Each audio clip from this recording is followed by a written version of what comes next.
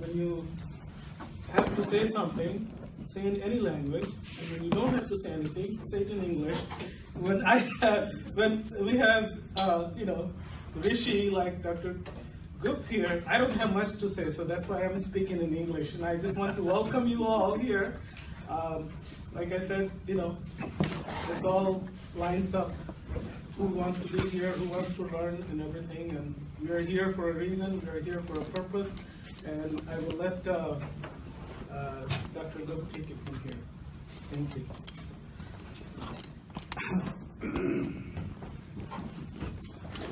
Thank you very much, Tansaji. So, it is indeed an honor and a great fulfillment to be here with you. Actually, this trip was done a little hurriedly, and the planning was also done very quickly. But so far it has been very successful in the sense that some very crucial issues and crucial texts have been discussed. I started with Houston, had 2 workshops there and then 1 informal workshop. Then I went to San Jose, then to Dallas, and after that to Washington, D.C., and finally here. The main purpose of this discussion, workshop, gave it whatever name, is really to deal with a crucial problem. And what is the crucial problem? We have some fundamental texts of our civilization. And these texts, for the last 150 years, have almost become either a matter of castigation or a matter of ridicule. So we have lost actually our trust in these texts. Now a civilization, at least to my mind, is defined by a line of texts that the civilization preserves, or a series of texts by which that civilization lives and revives itself. For instance, there is no Christianity without the Bible. The Old Testament in Hebrew and the New Testament in Greek. And the language is also very important. Hebrew in the Old and Greek, 2,000-year-old Greek in the New. And there is certainly no Islam without Quran-e-Majid. Without Quran, there is no focal point. The whole civilization depends upon it. The whole ideology depends upon it. Similarly for India. Now in case of India, we are richer because we don't have one, we have a whole line of texts. Beginning with Rig Veda, Samveda, and the other 2 Vedas. And then we have a whole line of texts given to us by the modern rishis, by the modern sages like Sri Aurobindo. We have a whole tradition. And yet, the Hindu civilization is subject to all kinds of confusions. We very often hear that, what are we going to decide upon? Which is the cardinal text of Hinduism? if you have to prescribe one single text or tell somebody that where to go for the fundamental Hindu beliefs, then which should be the text? Now, this was not the question before 19th century. In nobody's mind this was the question. Because people said, here are our texts which are known by very different kinds of names. Not a single name like a scripture. You know, the word used in English very often for the Christian fundamental text is the scripture. What is your scripture? The Bible. What is your scripture? The Quran. Right? So we don't use a single word. We have the Vedas, then we have the Brahmanas, the Aranyakas, the Upanishads, and then as you come down, then we have text of what has been called not the Astic but the Nastic tradition, but which is still part of our study constantly. And then we have a whole line of Shastras, then we have Kavyas and all kinds of Natya. We have a whole category of texts and whole reality of education called the Natya. You see, the variety is immense. What I'm trying to drive at is that one should see the line as it is and not in terms of the questions that are put to us by the Christians or the Jews or the modern Indologists. See, because that's not the way to look at it. Because if you look at it, then you are all the time apologetic. नहीं है हमारे पास एक नहीं है अनेक है ये अच्छा है वो अच्छा है. You see, then we just get derailed.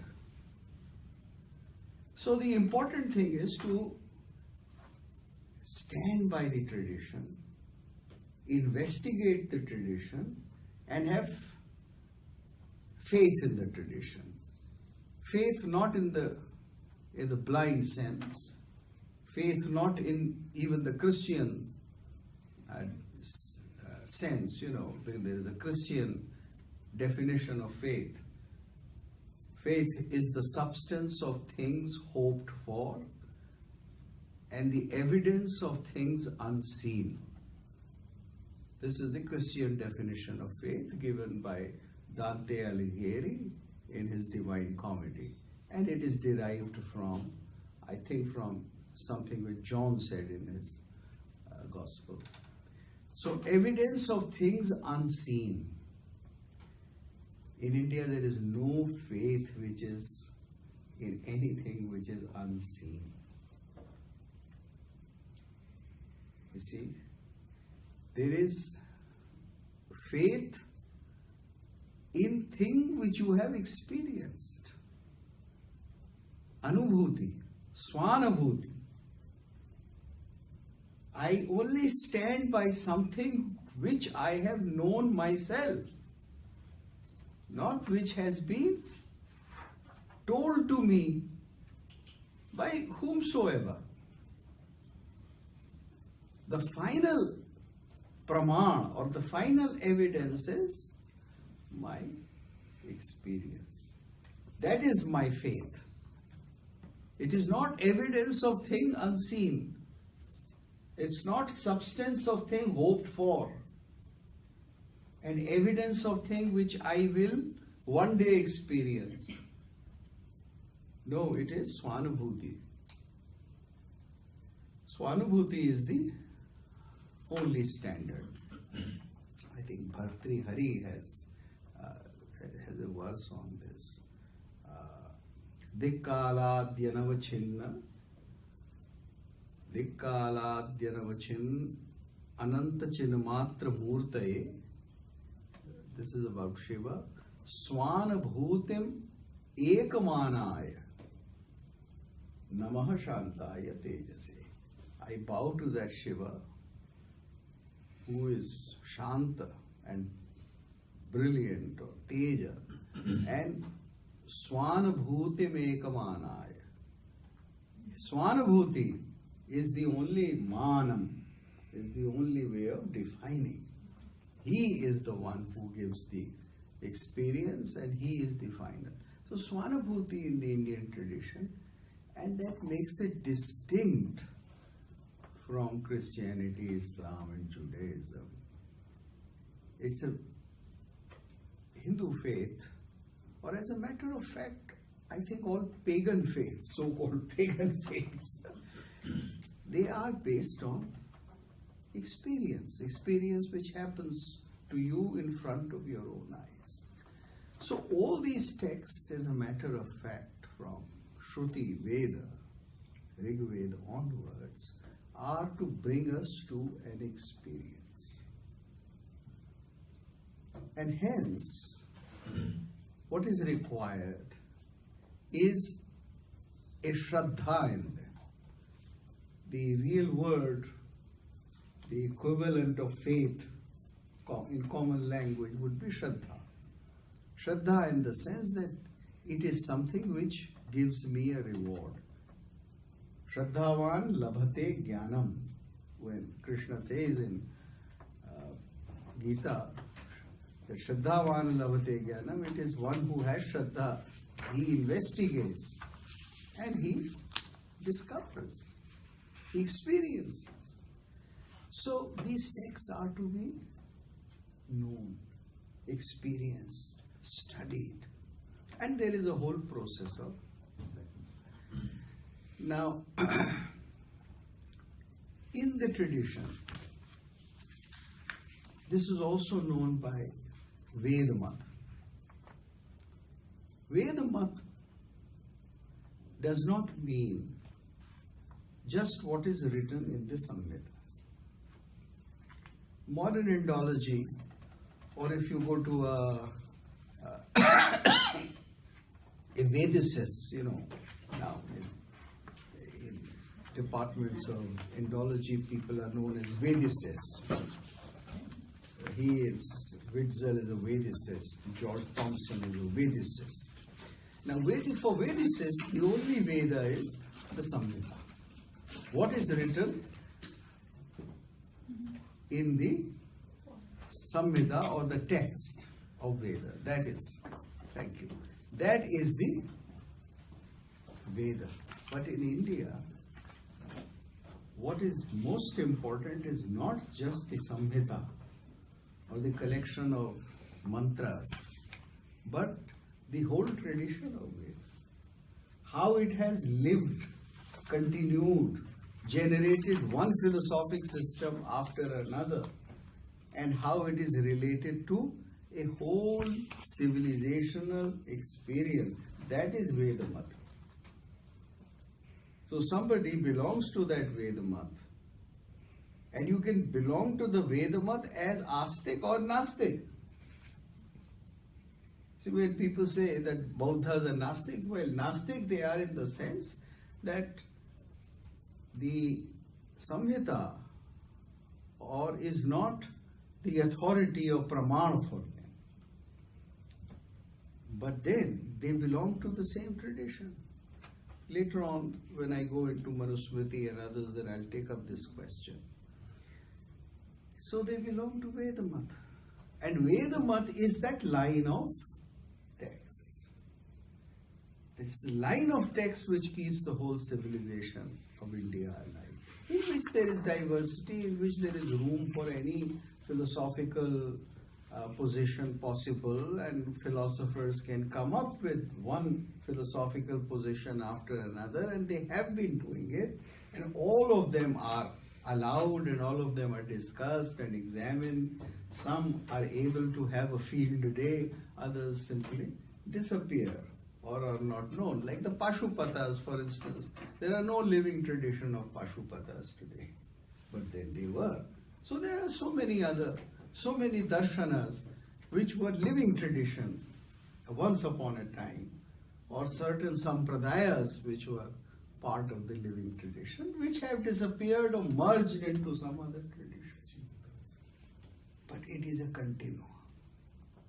Now, when you understand this, then you know where you stand and where you belong. See, that's the most important thing. Because we cannot be defined by what has been told to us about our identity from, let's say, mid-19th century onwards by Western Indology. Western Indology has their own way of thinking, and it is their cup of tea. It is for themselves that they made it. They didn't make it for us. That's how they wanted to define us, so they did a good job for themselves. There's no point in endlessly blaming them. We have to move on and to recognize and understand our own tradition. Now there are three texts that I'm going to take up today, which are the part of this tradition and which define social life, how life is to be lived.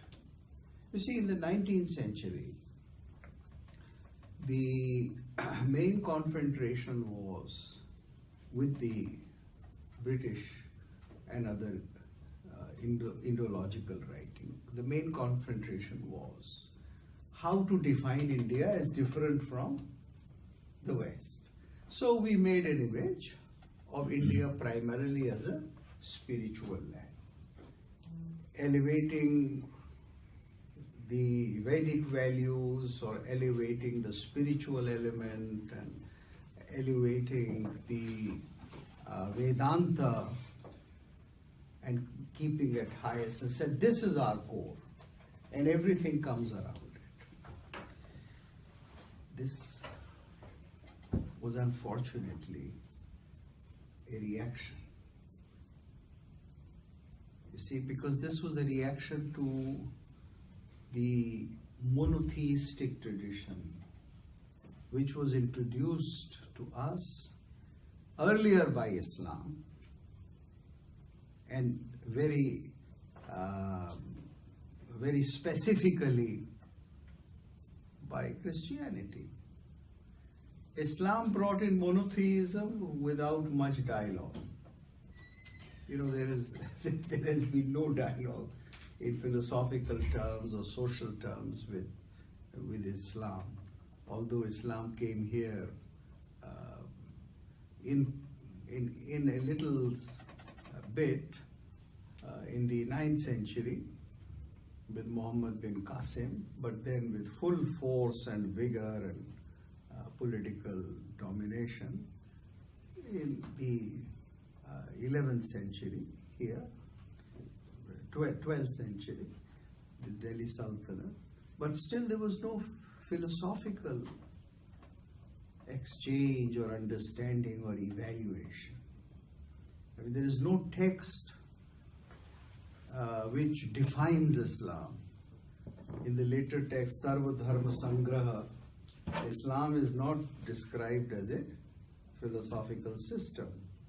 Dayanand Saraswati is the first person in writing in 19th century in Satyartha Prakash, where when he takes up all philosophical systems, the Bauddhas, the Jainas and Vaishnavas, then he takes Islam and Christianity also. But there was no Purva Paksha of Islam and no text writing about it in a proper detail. So in the 19th century we get so intimidated with monotheism that we posit Brahmavad, we posit Vedanta as the real, the major, the dominant, the Vedantic system. Now that also is not a true picture of the tradition. The tradition, please join, welcome. The tradition puts forth four things as the purpose of human life. I mean, why do human beings act and live, and should they achieve? And there, the idea of dharma, artha, kam and moksha, these are the four reasons for living. Why do you live? What are you going to do? How are you going to survive? By following these four purusharthas. That is, a purush here means man as well as woman. Don't get into a modern genderist unnecessary argument here, you know. So, it means these are the four reasons: dharma, artha, kama. Earlier they were enumerated as three, and then moksha was added. Earlier it was believed that dharma includes moksha, because that is the final assessment of dharma, the final paripak or pariniti of dharma is moksha. Whatever way one would define moksha, Buddhas would define it one way, Jainas would define it another way, etc. So dharma, artha, kama, moksha will not elevate just the spiritual reality of life. They will talk about four or three things in which you have to have a balance. Balance between dharma, balance between artha, and balance between kama. Life consists of all three. So it does not consist of just pursuing the divine. But unfortunately, now in 20th and 21st century, every Hindu has been taught Bhajiye Ram sab kaam bihai. Tulsidas said it in a certain context. Deha dhare kar yah phala pai, bhajiye Ram sab kaam bihai. Bhajiye Ram, Ram ko bhajiye, sab kaam छोड़कर राम को ही भजिए, यही देह धरने का एक फल है. Now this is a medieval, non-classical approach. You see, as a matter of fact, the medieval approach has also been as harmful to us as the 19th century colonial approach. This is my view. I say it very clearly.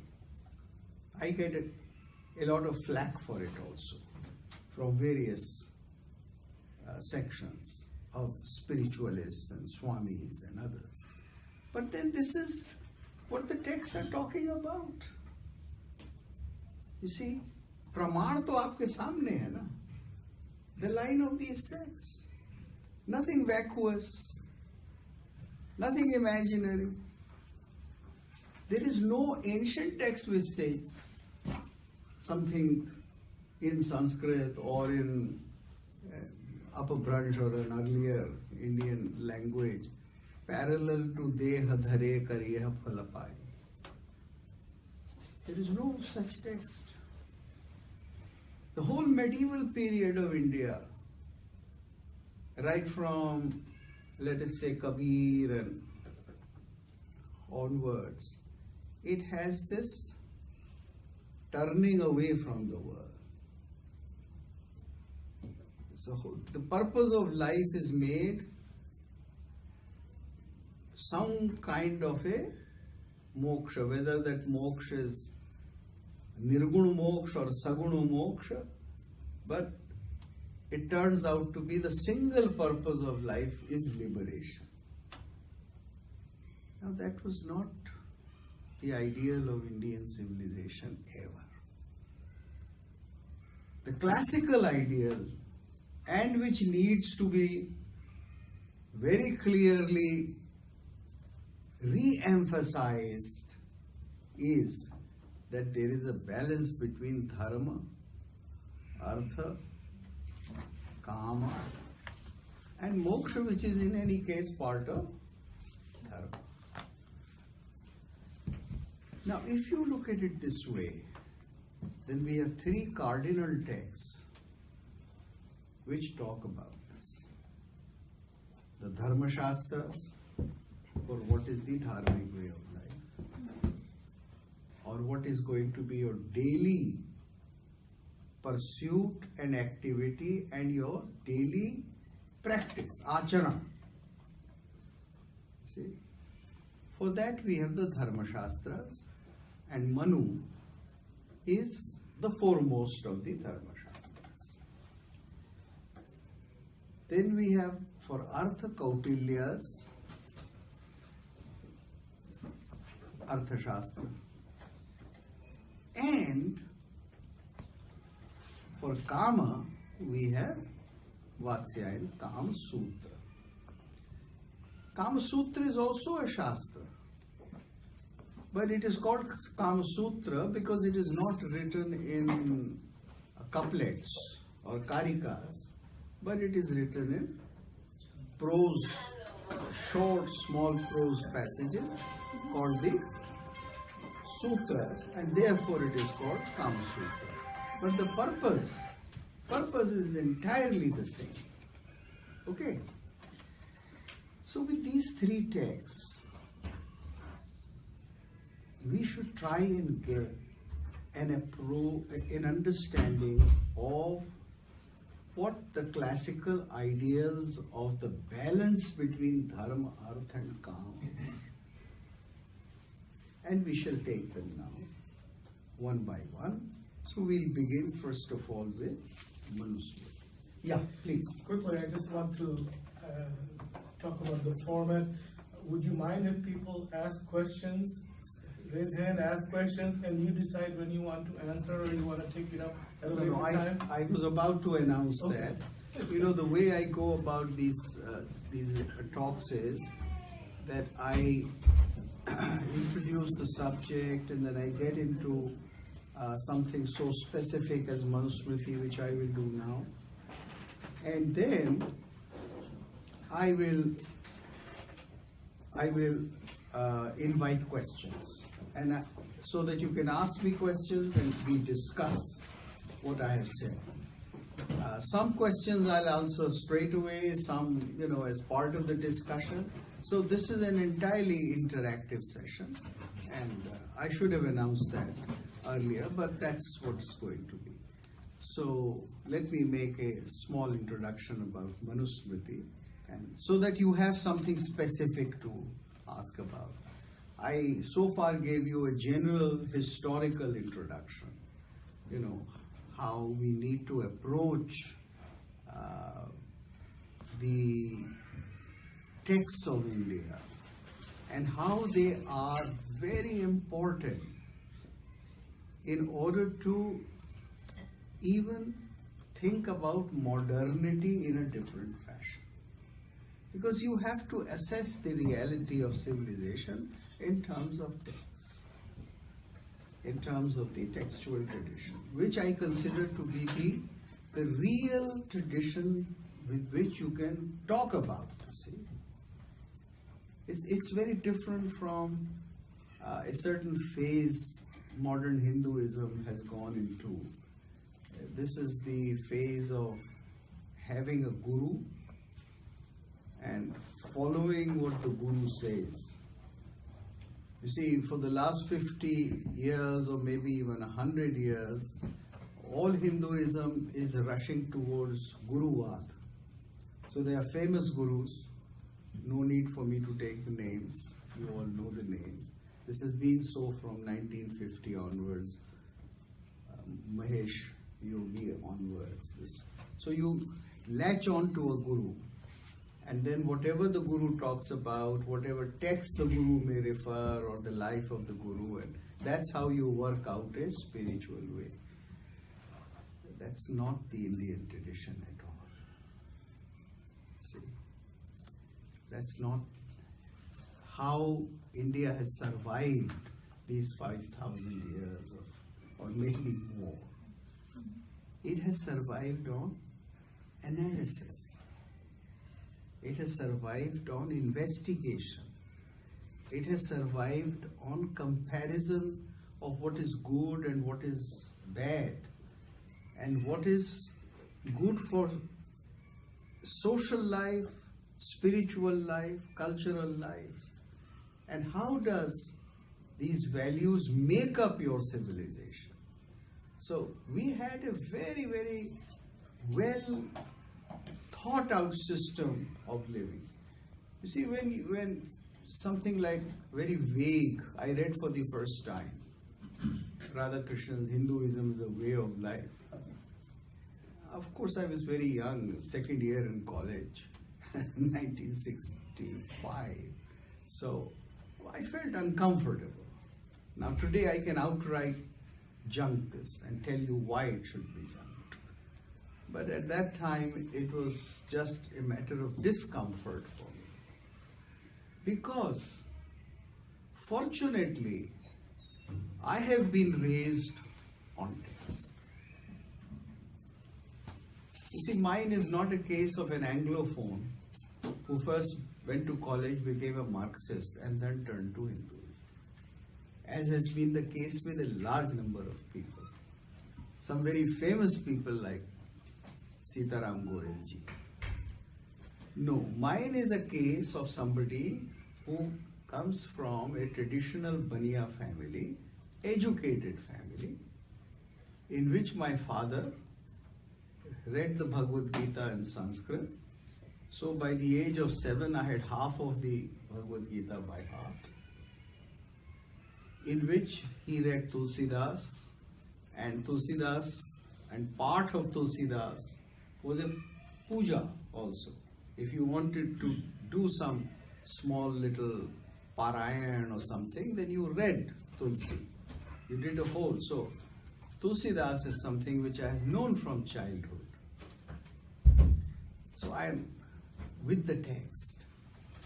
And my uncle was somebody who knew a bit of Persian, or knew a lot of Urdu poetry. So by the age of 10, I was familiar with a huge number of Urdu poets, etc. Again, the text. And then classical North Indian music, which was part of our home. So I had that pure first-hand understanding of what is a particular way of worship and what is music as part of an achievement. And then, of course, I went to an Anglophonic school and I read Shakespeare and all that. But I am a person who, right from early childhood, has had a textual training. And I have found that all other kinds of training are misleading. They are totally misleading. And all great philosophers in this country have not just gone to a guru, but they have looked for a guru because they wanted to understand a particular text. Why do you go to a guru for? Because he is going to teach you a text. He is the specialist of that tradition. So the great stalwarts, the great philosophers, they have always pursued a particular textual philosophic tradition and then gone to a teacher. This whole business that I meet my guru somewhere in the forest, somewhere in an urban center, and I am stunned and I have a great experience and I become a disciple, this is all late medieval period activity. This is not the classical tradition of India. The classical tradition of India is absolutely rational. It is based on anvikshiki, analysis. It is based on inquiry. It is based upon a mental exertion. Yes, the swanubhuti or the experience comes when you go beyond that. But that is a matter of training. And for this, you need first a textual understanding before you can go beyond the textual understanding. Coming to Manusmriti now. Yes. Wasn't language the barrier for it actually? Isn't language the barrier? Sanskrit is something that many of us do not know.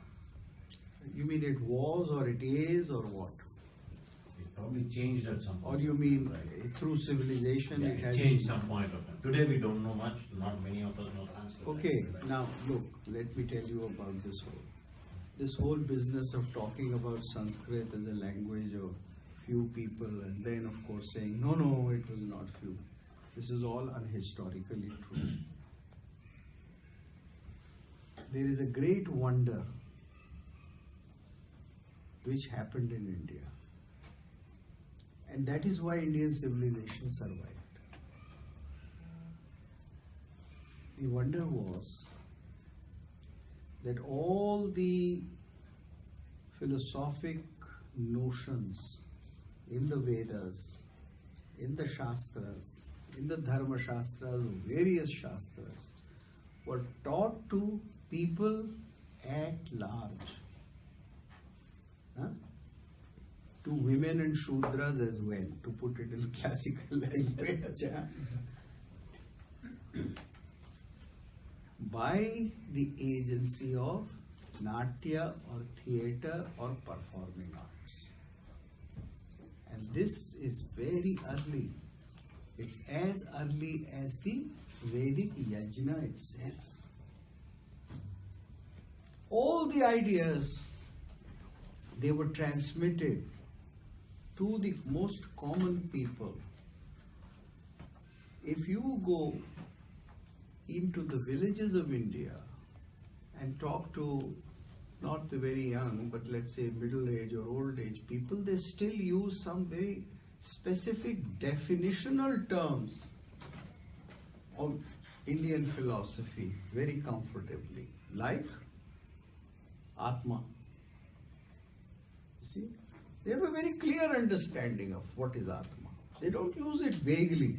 An old woman who perhaps is illiterate, how is she able to do it? Because she has heard the Ramayana, Mahabharata, the story, she has watched the plays, she has seen Leela. The message has been there. They use terms like rasa.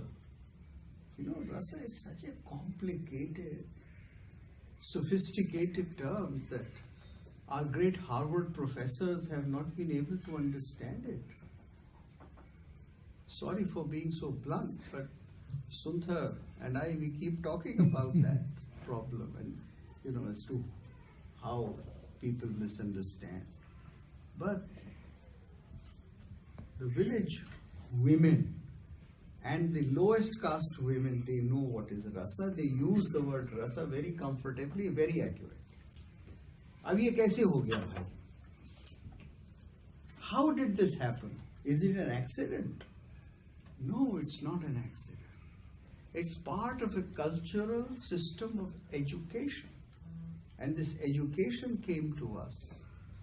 So, don't get carried away by this colonial argument that the language of philosophy was Sanskrit and the language of philosophy was restricted to a few and the others were just subjected to it.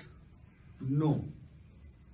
All the essential doctrines were immediately transmitted through various channels, various performing channels, because Natya is not just drama.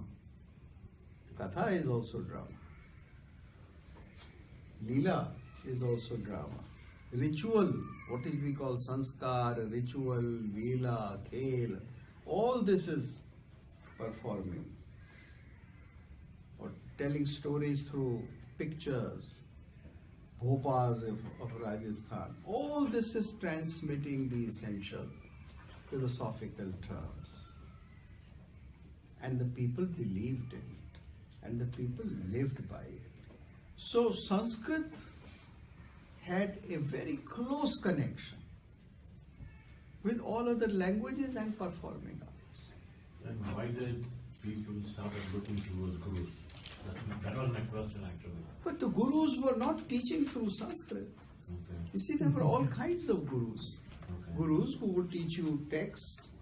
Those gurus will teach you in the language of the text. If it was Pali, then through Pali. If it was Ardha Magadhi, through that. If it was some Abhransh, then through that. And in medieval times, they would teach you through whatever the medieval languages. Kavita, like Kabir will teach his. After all, why did Kabir write these compositions? In order to teach to his sampradaya, to his students, to his followers. So people went to gurus, all kinds of gurus. This is a very limited approach of what was the method of teaching and the cultural method of teaching in India. You just look at every method. Every teacher was not a pandit of an agraha, and every student was not somebody who went there through Upanayan. That's part of the reality. But we talk about it, we discuss it, we have politics over it. But look at the big picture. How education was done and how, Yes, so coming back to the, coming back to Manusmriti.